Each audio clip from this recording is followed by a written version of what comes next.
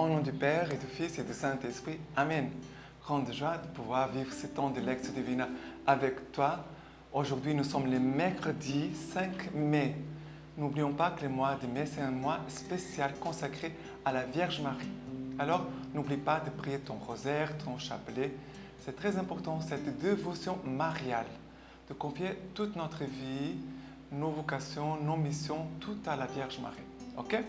Et aujourd'hui, la première lecture, c'est Actes des Apôtres, chapitre 15, versets 1 à 6. Cependant, certains gens descendus de Judée enseignaient aux frères, si vous ne vous faites pas circoncire, suivant l'usage qui vient de Moïse, vous ne pouvez pas être sauvés.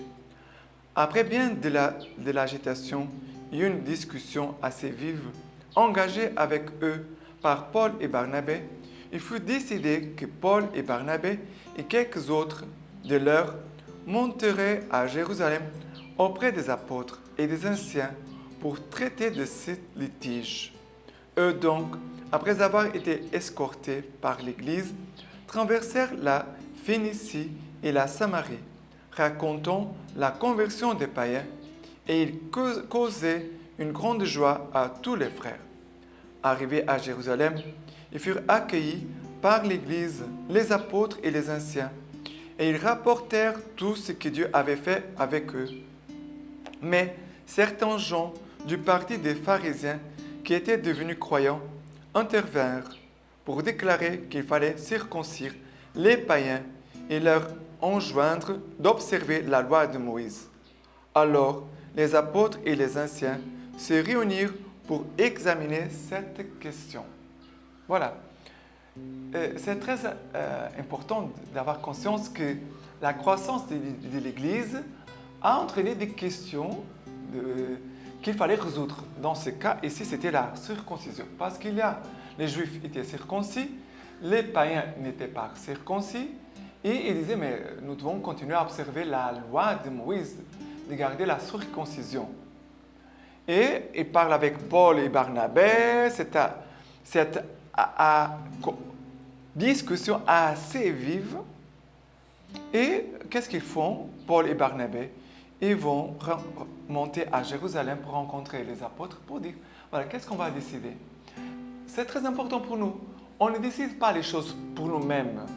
Qu'est-ce que l'Église nous dit sur tel point, sur telle question, sur telle difficulté? On doit toujours faire référence à l'Église.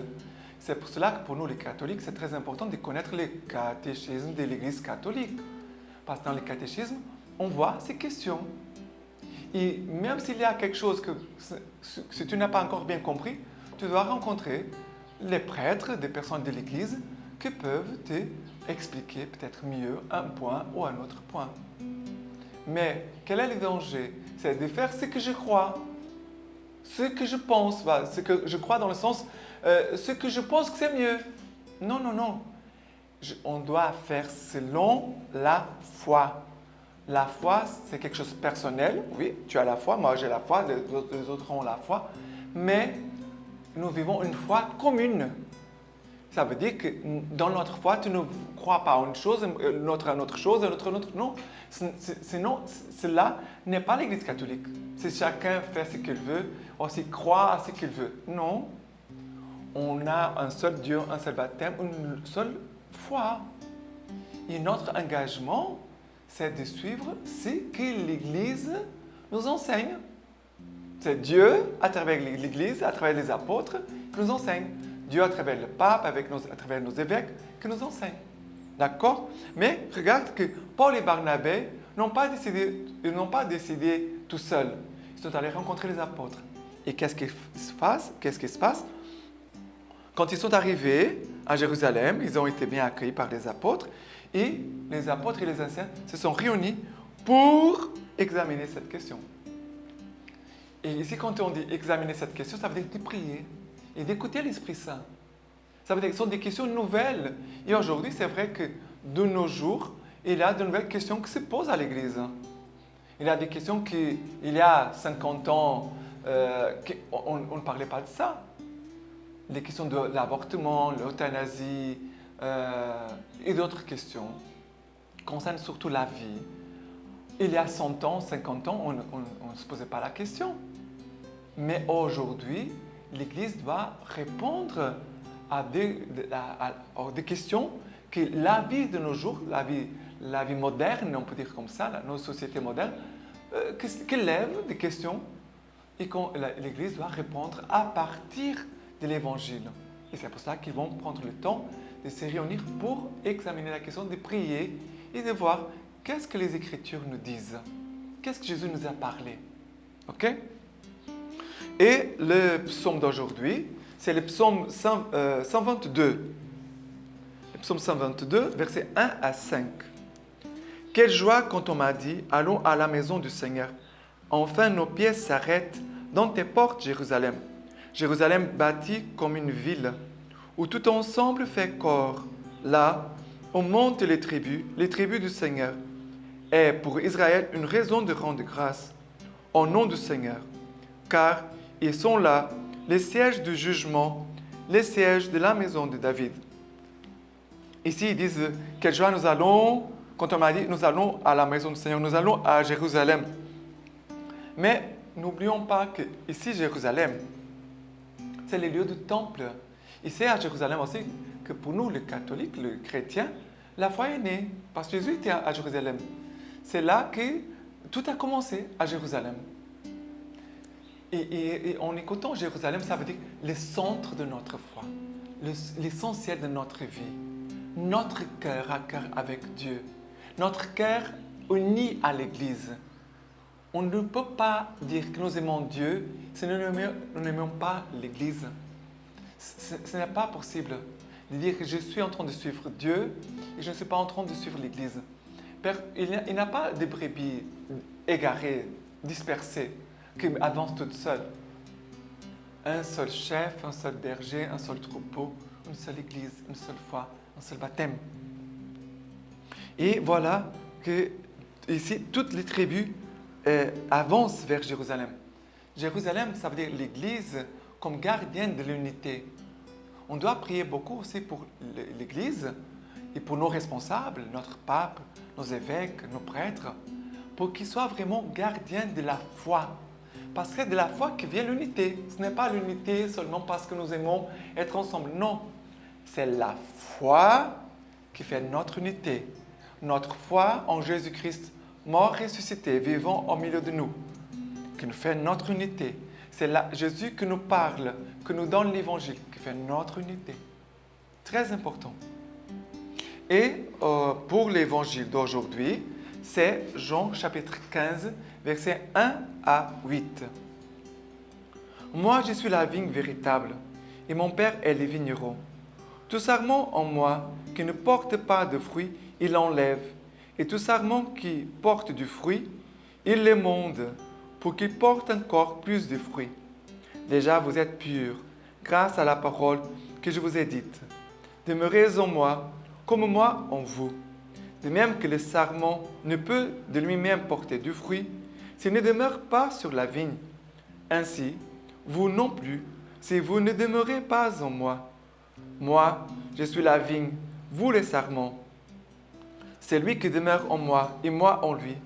Celui-là porte beaucoup de fruits, car hors de moi, vous ne pouvez rien faire.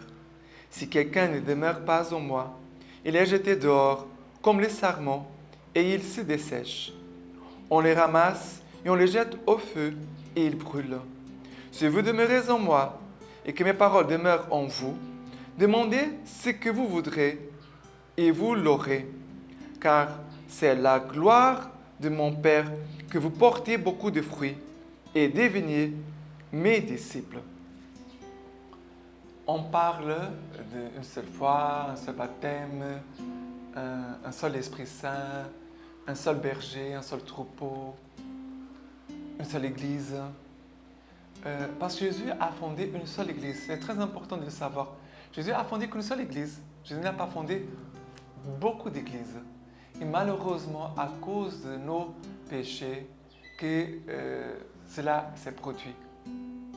Et Jésus veut que nous devenions ses disciples.